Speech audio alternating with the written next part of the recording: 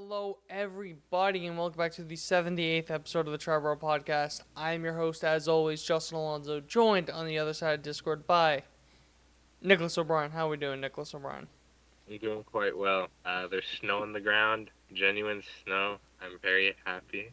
That, Dude, I that looked does out not last happen night. anymore.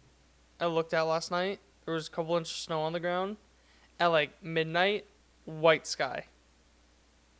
Perfect. Fantastic. It was beautiful. Like when my favorite is like when you step outside and it's snowing and it's just like so quiet. It's just you and the snow, and then the one asphalt is driving. And my dumbass dogs start barking. Bliss. But if you cannot tell by the title, we are doing our roster deep dives. So I'm okay. We're just gonna be breaking down every player, every position for the Yankees and the Mets. But before we do that for the Yankees made a trade. They traded away cash considerations for Michael Arias. He looks like a solid. He is the definition of a Matt Blake project. He has a 60 grade fastball, 60 grade changeup, 55 grade slider. Has two options. Is 23 years old. Throws 100 miles an hour. No control whatsoever. This guy is your 6th, 7th inning guy with a 3.2 ERA. Give it in like June, July. Yeah. So obviously I'm joking, but this guy with Matt Blake is gonna be something. I'm not banking on it, but this guy has a insane arm. The Yankees have done this in the past where they trade for nobodies, sign nobodies that have insane arms, and they become insane. So, just a name to watch. But this is the outfield section, not the reliever section. I'll probably get more into him for the reliever section, but with the outfield, I'm going to start with Aaron Judge. So, I told you I have a lot to talk about for Aaron Judge. So, first off, he's going to be turning 33 in April, but I don't think that that's as big of a deal as people are making it out to be. First off, he's going to be playing in right field, where he is significantly better defensively. Then you look at a lot of the projections. So you look at WAR. So you look at his Fangraphs projected WAR. By the way, when I say projections, I used Fangraphs, Steamer, and Oopsie for all three projection. I love that it's an actual projection model. It's so stupid. But Fangraphs 7.3, Steamer 7, Oopsie 9.6. Maybe you're wondering why Oopsie is that much higher. It's because Oopsie they weigh barrel rate and bat speed a lot more than other projection models. So like you'll notice that with Bellinger, I think they're lower on Bellinger just because he has lower barrel rates, lower bat speed. But that's just why it's a new system. Obviously, like the outliers are gonna get, I don't want to say gassed up, but they're gonna get put on a pedestal. Yeah, they're a little favored. Yeah, like the extreme guys. Like I'm sure you'll get to it later. Judge and Stan are just beyond like any other projection. Yeah. But then getting into projected WRC plus, 170, then 199 for Oopsie. Home runs, 48, 59 for Oopsie. You want to know something interesting quirk, by the way? If Judge hits in the 40s, it would be the first time in his career that he hits in the 40s for home runs. He has 2 years in the 50s, 1 year in the 60s, and then I think 2 years in the 30s. Yeah. That's pretty funny. He has never hit in the 40s. But one of the reasons why I just don't buy age being a factor is a lot of the things that you could look at is, one, how well is he hitting the off-speed? How well is he hitting the fastball? What are the bail rates like? How are swing decisions? Is he Is he selling out for power? Stuff along those lines.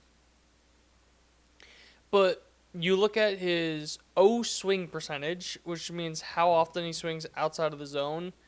It's gone down every year. It was 23% in 2022, 18% in 2023, 17% in 2024. So he's gotten better and better with discipline as years go on. And that's one of the first things that goes. Just not being able to catch up to the fastball. So you have to just sell out for power. That makes you swing outside of the zone a lot more. That's what gets you bit with off-speed breaking stuff. And since I am talking about off-speed and breaking stuff right now, I broke down the numbers and the run value that he has against pitches in baseball. Fastball. And this is, if I don't give a year range, that means just last year. Last year, highest of his career.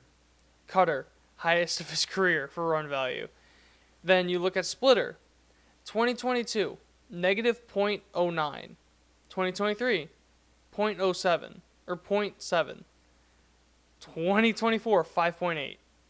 Sinker, 15.4 in 2022, which was his, he didn't have a year above 8 before that.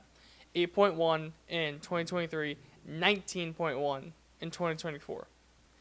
2024, or slider, 19. No year was above 7.5 in 20, up until 2022. 6.8 in 2023. 21.2 2024. Curveball. This one he did dip a little bit in. 6.5 in 2022. 0.6 in 2023. 0.8 in 2024. Changeup. 5.2 in 2022. 4.2 in 2023. 5.6 in 2024. So you look at a lot of the stuff about swing decisions and just if anything, he's been hitting breaking balls the best he has in his career. He has been a lot more patient of a hitter. So I am not worried whatsoever when it comes to age. I know there's the narrative about like, oh, Judge getting older. I think you realistically have 2 more years of MVP production. Because my thing is, and we talked about this a while ago, where I said going to the season, how long, like, I don't know how long Judge can keep this up for, because no one's done it before, but at the same time, someone's got to be the first to do it. And at the same time, Aaron Judge is an outlier. Outliers are the ones that do it. Yeah, we've had the discussion a few times, like, you can't just go into next year and be like, oh, he can't do it again. Like, he's not going to do it again until he stops. You want to see me do it again? Literally. Like, and the thing with his age, it's like, oh, maybe you have 2 more years of MVP production. I'd argue you have 2 more years of this Judge production. Really? Then you have, like, another year or so of MVP production. And then you get into him being more kind of like the outside looking in. But I still think he's going to be very productive. Unless, God forbid, something happens in between. There is nothing telling me that Aaron Judge is not going to like play out the rest of his contract being at least an above average bat. Yeah. Which is obviously like, big. Yeah, but big if you get idea. an above average, Look at me. you get an above average bat for the last 2-3 years of that contract, that's still one of the best contracts of all time. Yeah, because you figure, I mean, I know there's been a lot of talk about first base, but once Stanton's up, Judge probably kind of moves into that Stanton role. Yeah, that too. That's another great point. You look at a lot of the other stuff too, just because I wrote this all down, so I'm getting my money's worth out of it. Yeah, of course. Yeah, no. So his barrel rates, they're all about the same throughout his career. His hard hit rate's all about the same throughout his career. So all this stuff is saying that if anything, he's getting better. And you see this with guys that are like these. Aaron Judge has generational power. He is not a generational player, but he has generational power. You see these guys that have generational traits, they're outliers. Like I said earlier, he is an outlier. You can't just look at a one-to-one comparison of, oh, this guy started falling off at this year, so Aaron Judge will too. No, Aaron Judge quite literally had the best right-handed season of all time last year. So, I am very, very high on him. Because Fangraphs 7.3 WAR, Steamer 7, Oopsie 9.6. I'd probably say in the middle of Fangraphs and Oopsie. I feel like 8.5 is the number that sticks in my head for some reason. Mm-hmm. But yeah, it's also a thing of if... I'm just thinking if Aaron Judge's 2 MVP production years, you're saying he's going to be insane. He's a Hall of Famer. If he does what you say, he's a first ballot Hall of Famer. It's not even close. Aaron Judge may be a Hall of Famer while getting under, call it 1,700 hits. What is he at now? 1,000. He's just over 1,000. Yeah, so. And he's at 52 WAR. He's at 52 WAR with 1,000 hits. Yeah, his 162 average is 167 hits. How many years on his contract does he have left? What, 7? I believe so. Yeah, that sounds right. So say 150 hits throughout the end of the contract. Yeah. 150 times 7, that's 900? Yeah, he'll get over 2,000. I don't... maybe. If he continues this rate. If his 162 average doesn't dip, he'll get over 2,000. It's more so the worry about him playing 162 every year. That's more so my worry, especially when he gets older in age. Yeah. If I'm a betting man, I say he doesn't get it. But then again, all we're talking about is how he's an outlier, and he's defying logic and defying what we've seen in the past. The perfect way to just describe Aaron Judge is he's going to stop doing what he's doing when he wants to. What he's doing. When he damn well pleases. Yeah. Death can have me when it earns me. Seriously. This guy is, we keep saying he's an outlier. You cannot compare it to anything else anybody has ever done before him. So I'm not going to sit here and tell you, oh, next year he's not going to be as good. If anything, I'd getting better. He'd be better. Exactly. So whatever he's doing, whatever you want to call this whole run of just elite production is going to stop when it stops. Yeah. And the thing is, too, I know he had Soto in front of him, but he had absolutely nothing behind him. Nothing behind him. So guys pitch around him. Because Soto, call it, gets on base. He got on base about 40% of the time. Those other 60% of the time, you're not giving Aaron Judge anything even close to the strike zone. Right. So I think that's another thing, too, where I think that they're going to be a lot better at cleanup in leadoff this year. And even like the 5-6 spots. So I think that there's going to be something like that, too, where I think it's going to nullify the effect Soto had, which may sound crazy, but I think it's going to, even if it doesn't nullify, it's going to be like close enough to the point where it's like, yeah, whatever.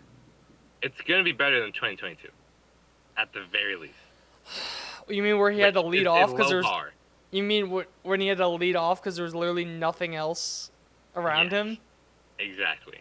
Jesus Christ, dude, it was literally him and Gleyber Torres. That was a time. Don't remind me of that. But obviously, at the end of the day, when it comes to Judge, people aren't gonna be. They're not gonna care about the numbers. All they're gonna care about is the postseason stats. Yeah. I'm not gonna sit here and tell you it's gonna get better. I'm not gonna say and tell you he's gonna be the same. The only person that could change that narrative is Aaron Judge. Whether it's fair or unfair, that will be the narrative surrounding the rest of his career in the postseason until he can do something to change it. So, yeah, I agree. In the same vein of he's going to stop doing it when he stops doing it. He's going to do it when he does it. When he hits in postseason. Yeah. It's as simple as that. And it's also a thing of... I don't want to... No, that's not that fair of a comparison, but I was going to say 2018, Stanton, first postseason. God-awful. after that, he started to pick it up. I think in 2019 he started off really bad too, if not having a really bad one, and now he's like one of the top 5 postseason hitter in baseball right now. Right. So it is one of those things of, if it's gonna happen, it's gonna happen on his own time. We just gotta wait. Just gotta. I don't know if it's mental. I don't know what it is, but I think we kind of broke it down during the playoffs. I think he just kind of lost his approach. Yeah. And then you saw a lot better results when he started regaining that approach. Of course, Game 5, he had a hell of a game. People are going to talk about that drop fly out. Listen, dude. He had a massive home run to give the Yankees a lead that the stadium was... As someone that was there, the stadium was shaking. I've never heard... If they won that game, that would have been my favorite Yankee memory of all time, of Aaron Judge hitting that home run, because of the MVP chants, the like standing ovation to him hitting the cinema. People also forget late in that game when I believe it was either the 7th or 8th inning, when they were down a run, Aaron Judge hit a double. He was in scoring position, I believe, with no outs. No one ended up bringing him in. How can you say that's not a clutch hit? You know what I mean? So it's definitely got better as it went on, but just that's overall, something I've noticed in his postseason career too. Mm-hmm. He almost like gets better as the postseason goes on, but also at the same time, like we're gonna need you to start a little bit earlier. There's not much more time to get it on. Yeah. So Aaron Judge, I project him. I'm thinking like that 8.5 WAR, but then again, he also had like 11.5 this year, and I did not see that coming. Yeah. He has 2 11 WAR seasons sandwiched between the 2023. And how much did he have in 2023? 4.7 in 106 games. I don't know what that pace is, but no. Probably about like 7.5. Yeah, 7.5. 7.5 is about right. Yeah. 7.2, 7.5. But I figured I wasn't gonna do it this way, but I figured it's a pretty good transition. Just go right into Stan, just cause like kind of I think a lot of the same arguments you could say about Judge for negatives go for Stan too when it just comes to age. Because if I look at this right now, he turned 35 2 months ago, so he's going to his year 35 season, and the big thing is just games, because you look at his games played since, let's call it 2021, 139, 110, 101, 114. I will say this now, if you could get 120 games from Giancarlo Stanton, he's going to get you 30 home runs, 35 home runs. 120 was like in my mind when you get 3/4 of the season, get 30, because even look at last year, like, yeah, he had an up and down regular season. He still had a 115 OPS plus. He still hit 27 home runs. In 2023, when he only played 101 games, 24. 2022, when he played 110, 31. 2021, 139, 35. And keep in mind, in 2023, he did not have a good year whatsoever. He was a subpar offensive player. And he talked about changing his approach, changing a bunch of other things, changing his routine. He slimmed down. So if you could just find a way to get 120 games out of him, that's great. Yeah. And I think it's going to be easier this year because you have a much more flexible roster. Because you look at a lot of the guys, Cody Bellinger could play 4 different positions. Jazz Chisholm can play 3 that we know of, but what's to stop him from being able to play the corners? Judge can play 3 positions. Dominguez can play 3 positions. You know, obviously have Oswaldo Cabrera. I don't think they would ever do it, but Anthony Volpe did play a good amount of second base before. So you have Ben Rice can play catcher. You have a lot of guys that have played a bunch of different positions, so the DH spot isn't going to be as you're not going to need as much. I think the only guy that you would want DHing realistically is Judge. And even then, you're only going to want him one every 5 days. Yeah. One every 4 days. So I'm in on Stanton. I'll get on that in a second, but I just wanted to say the projections. So Fangraphs has him at a 117 WRC plus, 122 games, 32 home runs, 1.2 WAR. Steamer 117 WRC plus, 122 games, 31 home runs, 1 WAR. Oopsie, like we said, outlier. 137 WRC plus, 122 games, 39 home runs, 2.5 WAR. If you get a 137 WRC plus with 39 home runs in 122 games from Giancarlo Stanton, over the moon. The moon. The moon. Nah! Anyone that plays Marvel Rivals knows.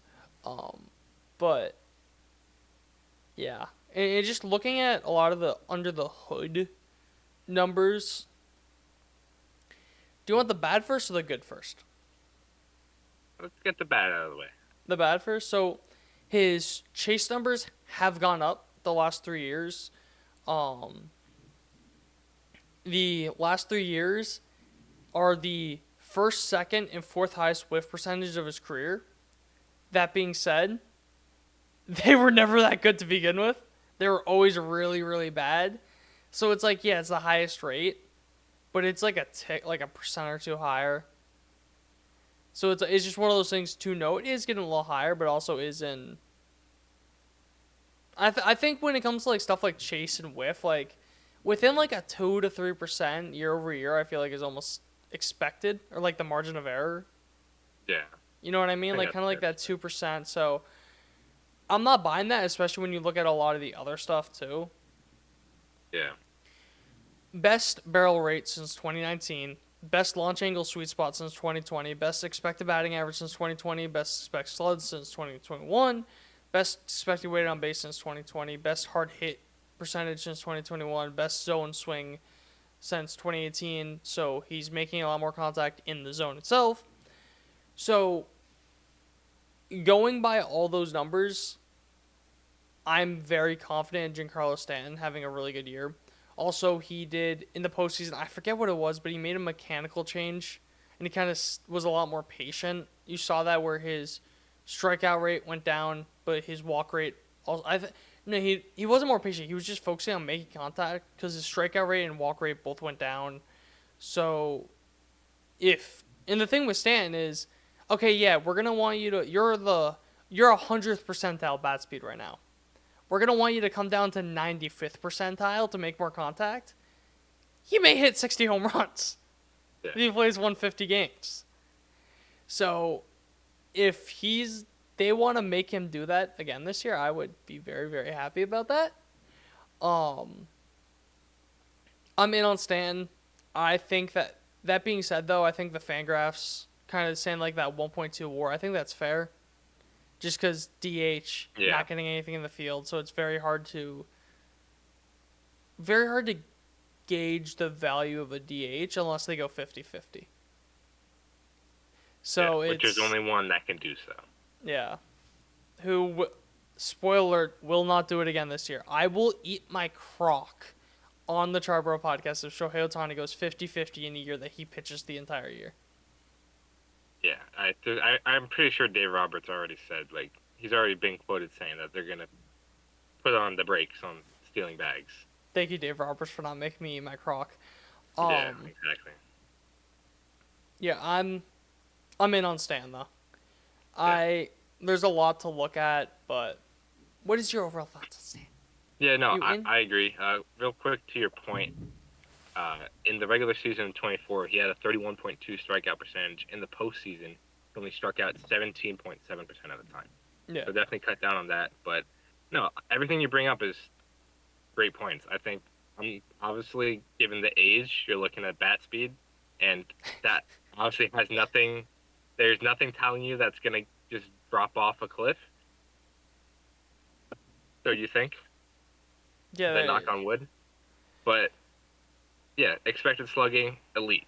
Average exit velocity, elite. Barrel rate, elite. Hard hit, elite. That's all the stuff I'm looking for. Especially for Stanton, especially for a DH, he's gonna strike out. That it is what it is. He's gonna walk at an okay rate, but he's slugging. He's hitting the piss out of the ball.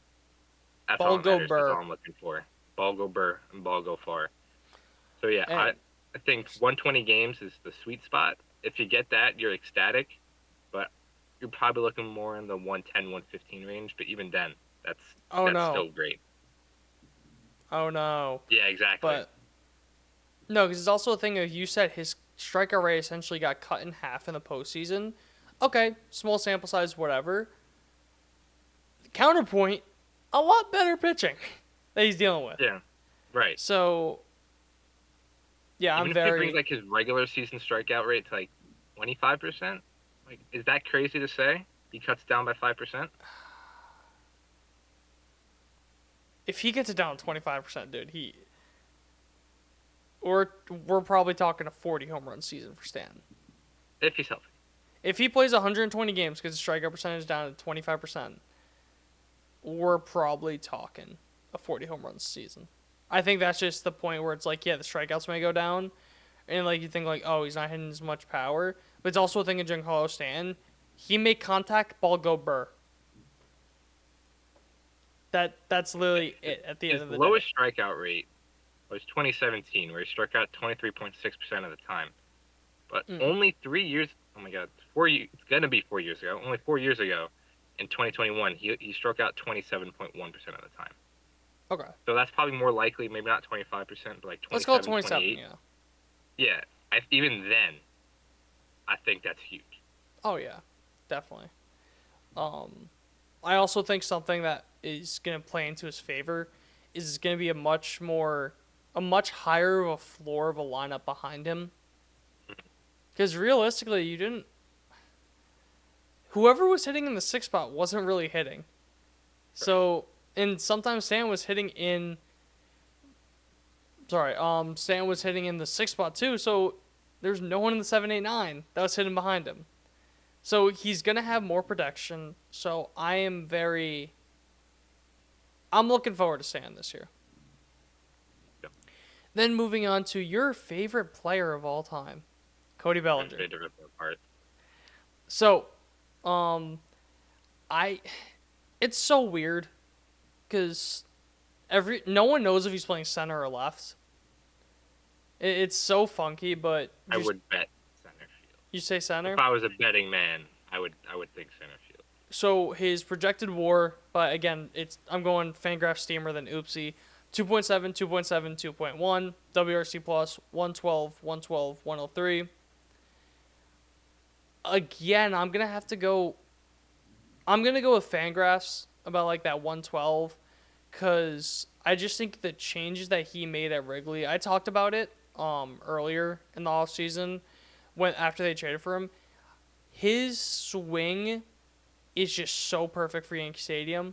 It's just one of those things of he made the right adjustments but for the wrong ballpark, where Wrigley, which I've talked about it, 90 park factor for lefties, Yankee Stadium 118.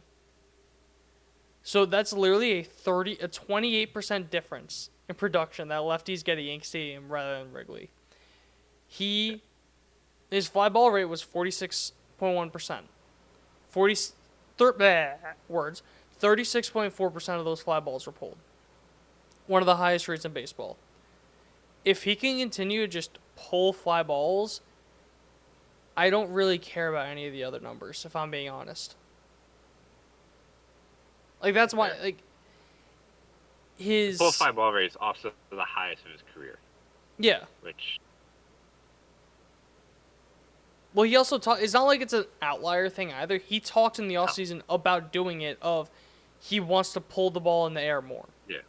And that's what... A conscious adjustment.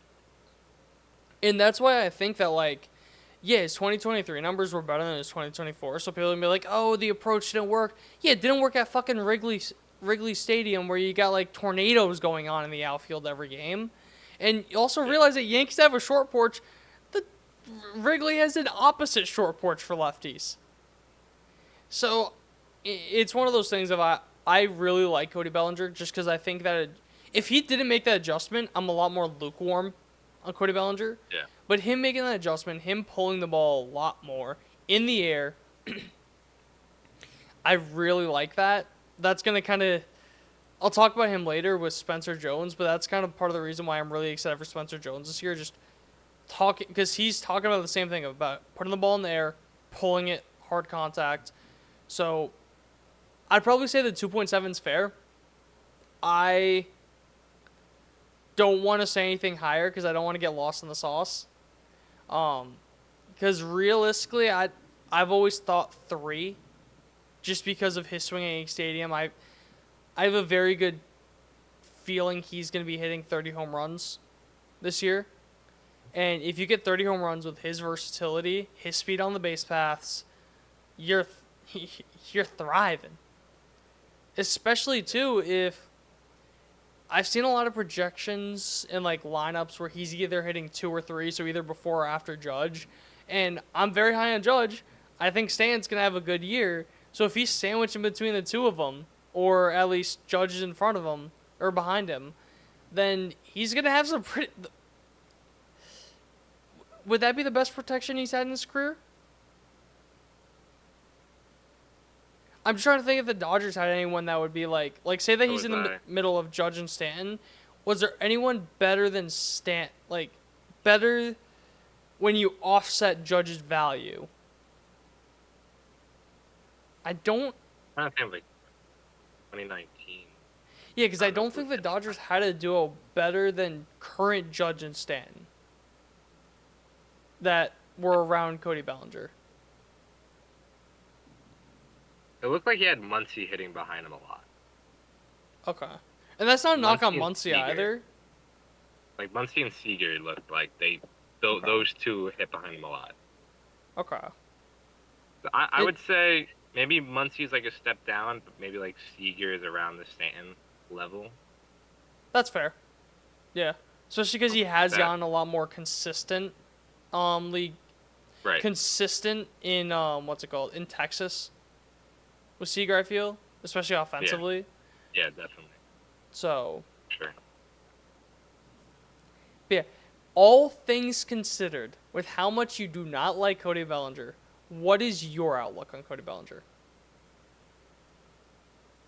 I see Cody Bellinger. I mean, look. If I'm the Yankees, I still make that trade. I'm not knocking the trade, right? His bat fits the stadium perfectly, like you said. And then you talk about the fact that you're going to play in another Yankee Stadium when you verse the Rays on the road. So you're getting, 80-plus games of Yankee Stadium. 87. Yeah, thank you. I forgot the exact number. You're 87 fine. Games of Yankee Stadium dimension.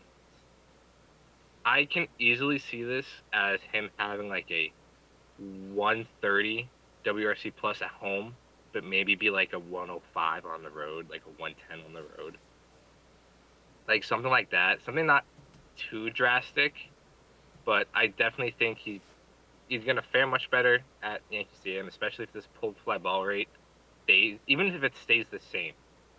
I mean, that's just going to get better. I mean, look, to his credit, he doesn't really strike out. He chases a decent amount. Doesn't really walk. His baseball savant isn't pretty. Exit velocity, barrel rate, hard hit, all below average. But you look at someone like Isaac Paredes, who overperforms his expected stats every single year because of his pulled fly ball rate and because of how the Rays stadium was. Obviously didn't work in Chicago because it just everyone Tornadoes saw it coming. in the outfield. Yeah, everyone saw it coming except for the Cubs, I guess. But they still traded for him. And watch, he's going to be like a top 10 third baseman with the Astros because of the Crawford box. I think he's going to be top 5. Maybe. Honestly. Regardless. Yeah. I think Cody Bellinger is going to have a decent year. When all's said and done, because of Yankee Stadium, I think he's probably going to fall in line with that 112. I would argue he might be around like 115. I think. I'm not doing the math in my head, but if you figure he's like a 125 to 130 at home, and like a 105 to 110 on the road. Then that would be like Something like that. 120 when you Yeah, think about it, but because it's a little bit more weighted for home because there's more home games. yeah. But just something So to, I was gonna say last year, 99 at home, 117 on the road. yeah, So you're getting him out of Wrigley, which is just his kryptonite. And if he had a 117, you're telling me he has a 117 on the road, and then he's gonna have Yankee Stadium too? yeah. You know what I mean? For any other team, hate Bellinger. Yeah. I think he's a above average, maybe center fielder, but because he's playing in Yankee Stadium, is the only reason I have any form of Yeah. optimism for his year. If Cody Bellinger was not at Yankee Stadium, I would not like it either.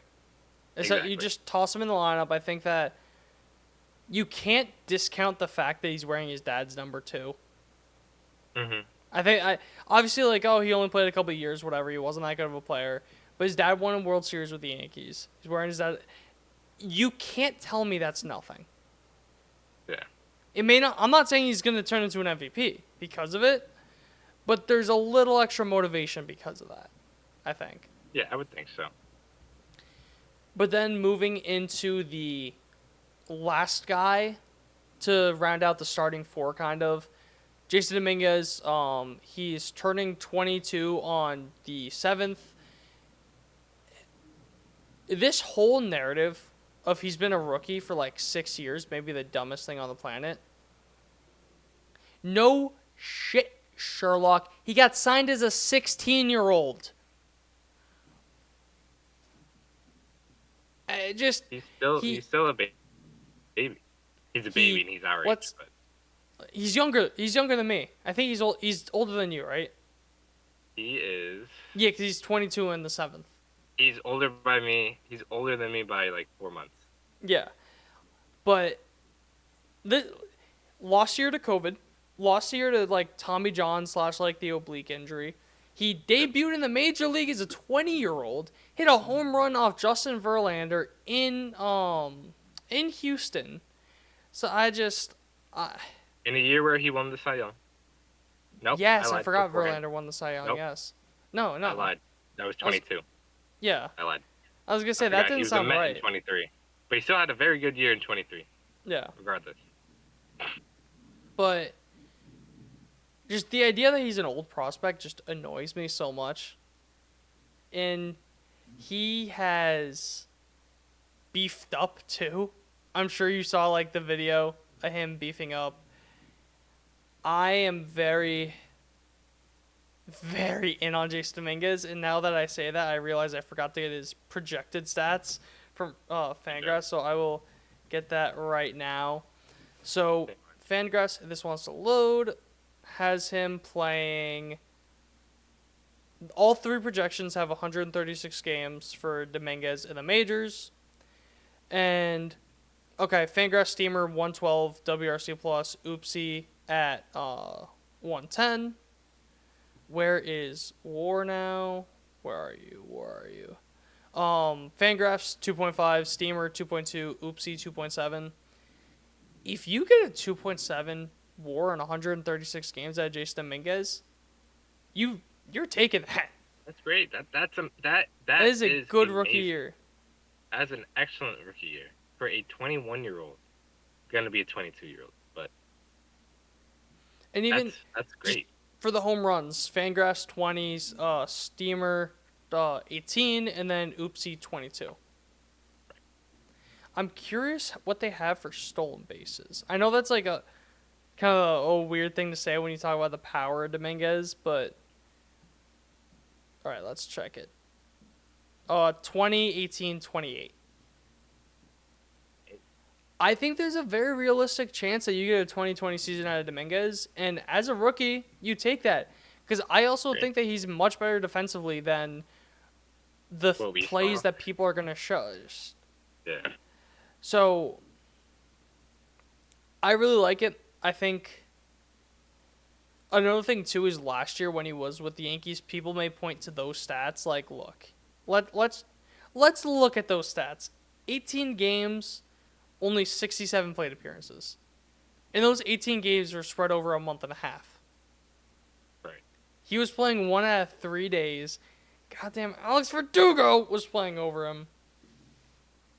My only concern is that they may not like him that much. Just because of how they approached the playoffs. Mm-hmm. How they were spamming Verdugo in the lineup when it clearly just wasn't working. Then again, they didn't play Grisham either. So it could be that too, where they just were so dead set on Verdugo rather than the Dominguez thing. For whatever reason.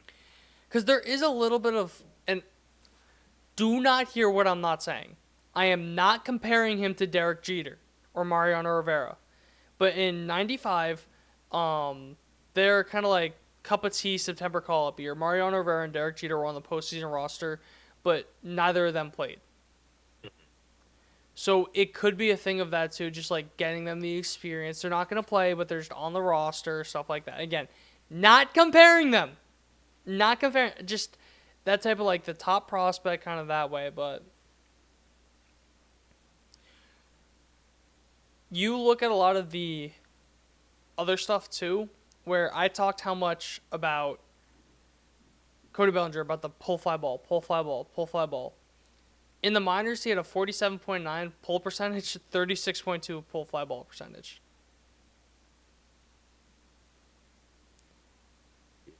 He's hitting a fly ball half the time and he's pulling it a little over a third. If he has a 47.9 pull percentage, a 36.2 pull fly ball percentage, he's hitting 30 home runs if he plays 140 games. With his power, with his swing, the only other knock I could think about Dominguez is I'd like to see him be a little bit better against lefties. That's really the only thing, but he still has, at the major league level, hit home runs against lefties. Just would like to see a little bit more consistency there, but I'm asking consistency from a guy that has, worst plate appearances on here. Nice, Justin, just completely X out of it.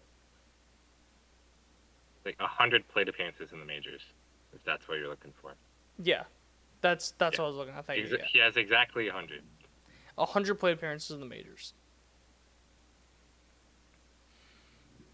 And even then, like, in the very small sample sizes, he's hit the ball very well. Yes. Like, Ball above go average.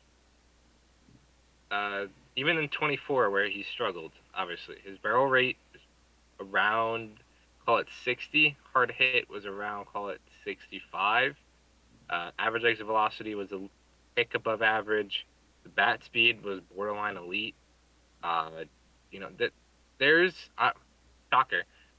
There's obviously a lot of potential with Jason Dominguez, and that's no matter how much how much you take his 100 plate appearances in the majors, this kid can be very good, and he doesn't need to be elite when it comes to this lineup right now. If he's that projected, 110, 112 WRC plus guy, call it batting in the lower third of the order, that's miles better what you got last year. Yeah. And he's giving you 25 stolen bases, too. He is a thing, too, that people aren't talking about is the Yankees. Since... I'm debating saying what I want. Since black people were able to play baseball, the Yankees had the worst base running team in history.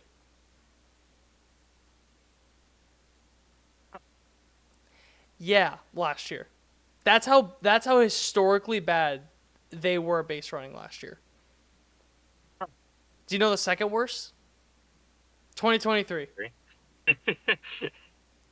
So, my thing is Dominguez is known as a really good base runner. If you get to be an average base running team, that's a huge upgrade. That is a massive, literally the worst of all time since Jackie Robinson broke the color barrier. That's impressive. No! Impressively dog it's shit. Impressive in the wrong direction, but it's impressive nonetheless. But yeah. So if you could just become an average base running team, which I think there's a good chance they could, because realistically, looking at this lineup, there's two guys I would say are going to be below average base runners at their position, because I'll touch on it now a little bit. Goldschmidt, above average base runner, first baseman. Obviously, you have Cody Bellinger. You're gonna have Dominguez, who are both known as smart base, or more Bellinger because he has a track record. Bellinger's known as a good base runner. Obviously, Anthony Volpe, awesome base runner. Jazz Chisholm, awesome base runner. Stole 40 bags last year. Austin Wells has a decent amount of speed in him. He went his first 48 stolen base attempts in the minors before getting caught.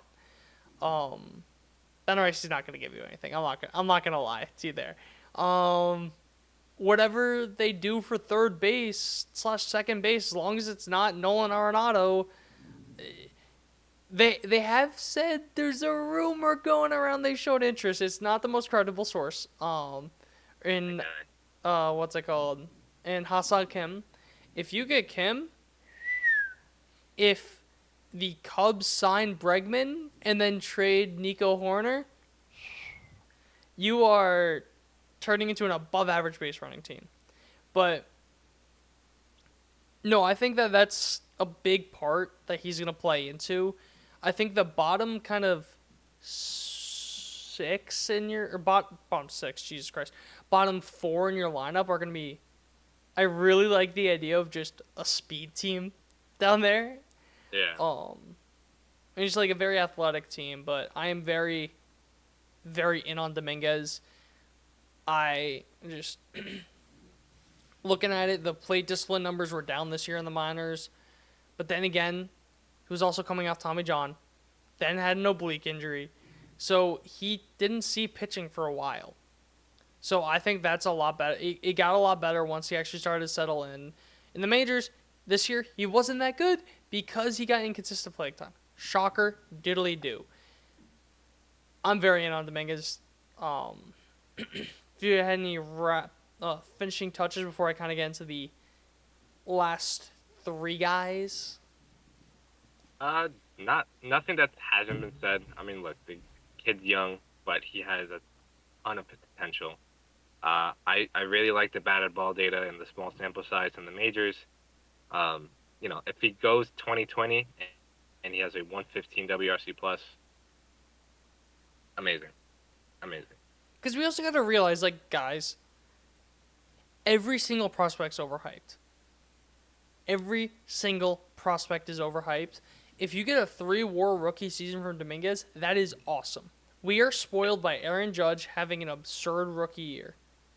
We're spoiled by that. We're spoiled by Aaron Judge having one of the best runs of all time as a homegrown player. Not every player is going to turn into Aaron Judge. If you can get if you could get a guy that is a borderline all-star to an all-star as an international signing, that is a win. And there's no argument against that. So, no, the last kind of guy on that have in the majors penciled in is kind of definitely going to be in the majors. Trent Grisham, solid fourth outfielder. There's a chance he may get traded in a salary dump because he's making $5 million this year. His projected WAR is 0.7. I think that changes so much based off of how much he plays. Because I talked about this when they traded for him last year. I liked Grisham more than I liked Verdugo. Last year, he had the highest fly ball rate in his career at 50.8%. Second highest, or the highest pull rate at 49.6% of the time. So he had a 50.8 fly ball rate, a 49.6 pull rate at Yankee Stadium. He had the second highest home run / fly ball rate of his career. The other highest was 2020. So take that for what you will. At 15%. So he put ball in air. He pulled ball in air. That is the most desirable outcome for a hitter. Me personally, I would not trade Grisham. I know people are talking about it for a $5 million salary dump. I just don't think you get in that value. Because also the defense, 485 innings in center field, 2 outs above average, 3 fielding run value. Yeah. I think you have more value of Trent Grisham on your team than anything else you can get back. I do Yeah. find it interesting, though, that they only project him to play around 40 games. I mean, he played 76 last year, to put in perspective.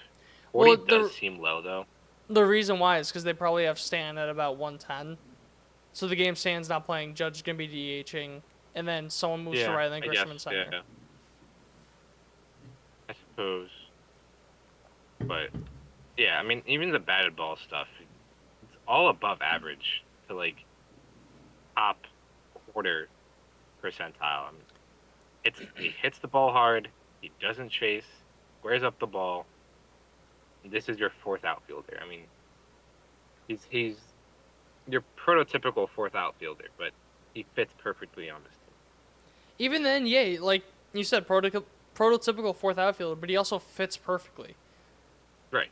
So I love Trent Grisham. I've always been a Trent Grisham guy. I looked at like the underlying numbers when they got him, and I always, not necessarily that he should play more, but especially last year he definitely should have played more over Verdugo. That's not even a question in my mind. Yeah. But he's not a bad fourth outfielder. He's just not, frankly. Not at all. Yeah. But another guy that is on currently the 26-man roster, or I think 40-man, whatever. Everson Pereira wasn't that good in 2023 when he came up. Only 27 games. He was only 22 years old, and I'd be a hypocrite if I based him off those 27 games when I'm telling people to chill on Dominguez. So I don't want to say I'm throwing out the window, but I'm not really caring when evaluating him. He had Tommy John this. Yeah, grain of salt. Tommy John this year only played 40 games. Then again, he had a 120 WRC plus AAA. And keep in mind, AAA is a very high run environment. So to be 20% better is pretty impressive. Probably not going to get much time this year. My only reason why I wouldn't say they're going to trade him is because I just don't think he has value right now. To like as much value as the Yankees think that he does have. Especially with the injury. Yeah, I'm not going to go too much into him because I don't think there really is too much to get into. I was never really the highest on him. He was a top 100 prospect for a while before the injury. I'm not that high on him. Maybe someone goes down, he comes up, catches lightning in a bottle before the trade deadline, then they end up flipping him for a piece. Who knows? But just I had a name to keep an eye on. Yes, words. But then the last guy, I would be shocked if he was on the Major League roster for anything other than a September call-up. Even then, I would kind of be a little bit shocked by Spencer Jones. He is turning 24 this year. He's another guy that people are acting like he's 27. He's just not. Last year, he was below the league average for age for a hitter in AA. So he was younger than the average hitter. He wasn't a full-time position player until he was 20. He lost 2 years of college, one to Tommy John, one to COVID. And he got Tommy John too? Yeah. I didn't know that. Because he was a two-way player. Then he got Tommy John, and that's when he gave up pitching. That's why he hasn't been a full-time position player until he was 20. Yeah. So, realistically, he's only played a couple of years as a full-time hitter. He also crushed it in... I'm not the biggest college baseball guy. Neither of us are. I'm not going to sit here and pretend that I am. But I do know that the SEC, if you hit there, that's like really impressive. He was shredding the ball in the SEC. That's why he was a first-round pick. So, and he was really only a full-time position player for 1 year in college, maybe 2 years in college. So, he didn't have that much development there. He is seen as a 70-grade raw and game power player, which is absurd. That's insane. That's elite. That is elite. Keep in mind, 80 is the highest, and like you legitimately have to be. If you have an 80 in the tool, you're projected to be one of the best players of all time at that tool. Yeah. So 70 is just absurd. He's known as one of the best defenders in the Yankee system. Kind of, I want to say this too. I don't like the Aaron Judge comparisons to him. I think because one, he's not most. If he's Aaron Judge, Jesus Christ, Yeah. you got something special. But I think a more fair comparison, I think just more profile wise, that I think is kind of like Dodgers Cody Bellinger. Just because Bellinger's 6'4", he was about 220. Spencer Jones is 6'6", 230. So about the same body style. Relative. I see kind of same prototype. I think the speed matches a lot more with what you'd be getting with Cody Bellinger. Nice. And he was on Hot Stove the other night talking about how one of the main things that he wants to do this year, and he kind of like went away from and he didn't like, is he wants to put the ball in the air and hit ball hard in air. So I like that. That's a good approach. that is I agree. What do you think his home run to fly ball percent was last year?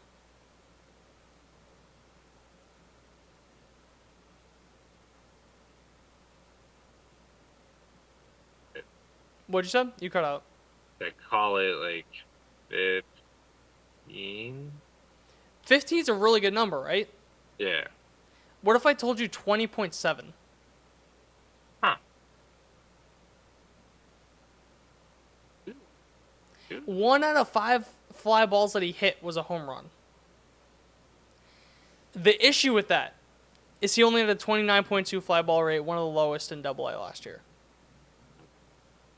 So that was kind of the big kind of just issue with him, was that he just stopped putting the ball in the air. Then again, as a lot of people know, the last month of the season, he really kind of like picked it up. The last month of the season, he had a 38.3% fly ball rate. So a 9% bump. And if you're telling me a little more than 1 out of 5 of his fly balls are going out as home runs, and then you're putting him in Yankee Stadium, that's kind of the main reason why I'm not giving up on him. And I think that you're crazy if you do. Because like I said, he lost 2 years. He's only been a full position player since he was 20. I'm not giving up on him whatsoever. And I'm sure you saw the video going around about like his swing in the cage. Yeah. Just about like how he's like keeping the load back more, so it's a lot more just a lot easier to control the swing, a lot easier to time pitches up, stuff like that. So, and oh my god, I don't want to say it. It's very similar to how Aaron Judge does it, where like just think about right now, just to visualize it. Think about how Aaron Judge, how he has the swing, does the leg kick, holds the bat back, and then just does like that violent, just quick, just swing. That's kind of what it looked like. So, again, not comparing him to Judge, but for lack of a better comparison, yeah. I'm not saying that he's going to be. I am not saying he's going to be Aaron Judge. I'm just saying that it's a very similar approach with that to Aaron Judge. Similar. Yes. The biggest thing by far is just the strikeout rates. They're not good. He had a 36.8% strikeout rate last year. But I will say he did have a 28.9 in 2023 in only 5 less games. So I don't know if that's a thing if he just stopped putting the ball in the air. So he started striking out more for whatever reason. Just kind of got away from the approach that was working, so he kind of just started striking out a lot more. Yeah. But that being said, he actually had a better year WRC plus wise than he did last year. 2023 113, 2024 124. But a 37% strikeout rate is not sustainable in the majors. It's just not. I need that to get sub 30 before we're talking about a call-up. Consistently sub 30. Consistently sub 30 before we're talking about a call-up. And this may not be fair, but more so in the sense of, ooh, what's going on with my webcam right now? More so in the sense of the type of jump that these guys took, where they look like just strikeout machines and they were problems. You look at Ellie De La Cruz in 2022. He had a 30.8 strikeout percentage in the minors.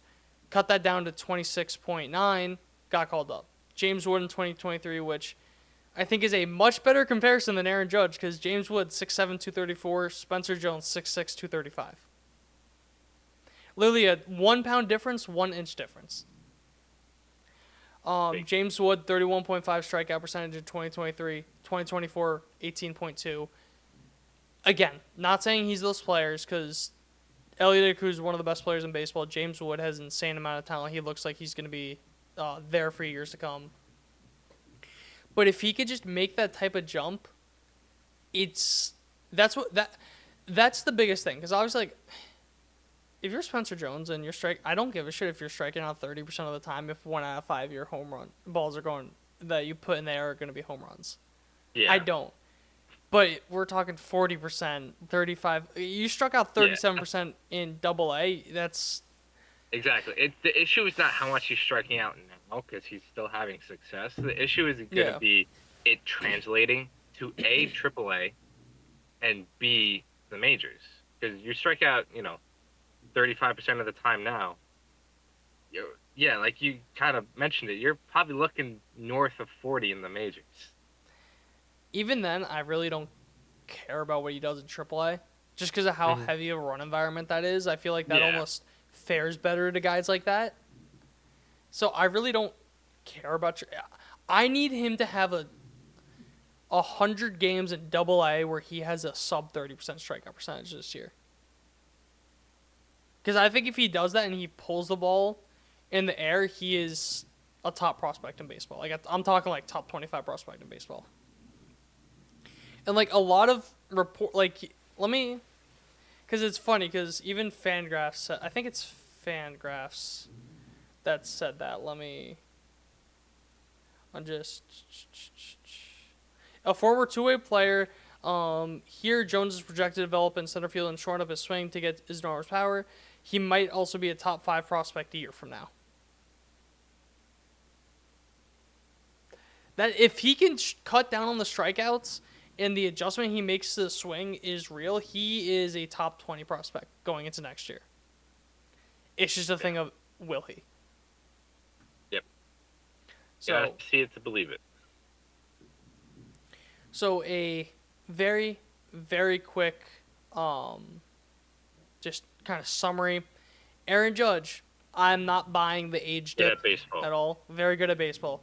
Giancarlo Stanton, I think you get 120 games out of him. That's awesome. Cody Bellinger, I think just with how much he pulls the ball in the air, he's going to have a really good year. Trent Grisham, I think, I don't care. Trent Grisham, same thing as Bellinger. He just pulls the ball in the air. That's great. Awesome. Perfect fit for a 4th outfielder. I didn't mention Dominguez. Dominguez, he's most likely going to be a starter. Give him time. Don't give him these crazy expectations. Pulls the ball in the air a lot. If he does that at Yankee Stadium, he could have a crazy good rookie year. Everson Pereira, just keep an eye out on him. I don't think much is going to happen with him, but just a name to note because he's already on the 40-man. You don't have to DFA someone for him. Then Spencer Jones, just get that strikeout percentage down, and then we're cooking. That's really it. I don't know if you got anything else to say, because that's it for me. I think compared to last year, this is a much deeper outfield, and I think can be a much more consistent outfield. I'm not going to call it better, because Aaron Judge and Juan Soto is just insane. Yeah. But it's deeper. I think it's going to be more consistent. Look, obviously Aaron Judge is going to do his thing. Like you said, you get 120 games out of Stanton. I think that's more than you can ask for. Bellinger, I'll definitely be good at Yankee Stadium. I'm waiting to see how he's going to play on the road. That's my biggest thing. Dominguez, all the talent in the world, hits the ball hard, hits the ball in the air. A recipe for success. Grisham's your prototypical 4th outfielder. And then you'll see what you have with the guys in the minors. But I think this is a really good outfield. again, deep, consistent. I think this outfield is gonna be pretty fun to watch. I think And a lot better defensively than last year. definitely. Because you're taking Judge out of center, you're taking Soto out of right. I think whoever you put in left is going to be a wash with Verdugo's production defensively. Yeah, So it's going to be a lot. The floor is, I think, a lot higher than last year. Ceiling is definitely lower, but when you include fielding and kind of just speed and overall and like base running ability, all that, the floor is a lot higher on the outfield this year. for sure. So, if But yeah, you got nothing else, so the next episode is going to be a Mets episode. Then we're probably going to double dip, go back to back, belly to belly on Mets episodes, and then after that will be the starting pitching episode, which will be an interesting one. absolutely. And because the Both Yankees teams, and Mets really. don't want to make an infield move, we're gonna push Gotta that wait one on that. down as far as we Yeah. possibly can. We're gonna move the goalpost until we can't move the goalpost anymore. Yeah, kick the can down the field. But yeah, we're gonna get all these out up until when it should line up perfectly for when spring training actually does start. Just so. about, yeah. So keep an eye out for that. TikTok was banned for about 15 hours, so we're still there. We're still gonna Literally, be just there. think about the gif of Aaron Rodgers running out to the field with the flag. That was the TikTok ban. That was the TikTok ban. TikTok ban lasted not even as long as Javi Baez on the Mets. But regardless, thank you guys for listening. Thank you guys for watching. As always, follow all of our social media accounts at Triboro Podcast. Subscribe to us on YouTube. Follow us on Spotify and Apple Podcasts. Leave us a rating there. It really helps us out. Really lets us know you're enjoying the show. Again, all of our social media accounts, Instagram, Twitter, Facebook, still on TikTok. We're going to be there all the time. Obviously, we're going to keep pumping out content. But, yeah, thank you guys for listening. Thank you guys for watching. And we'll see you in the next episode.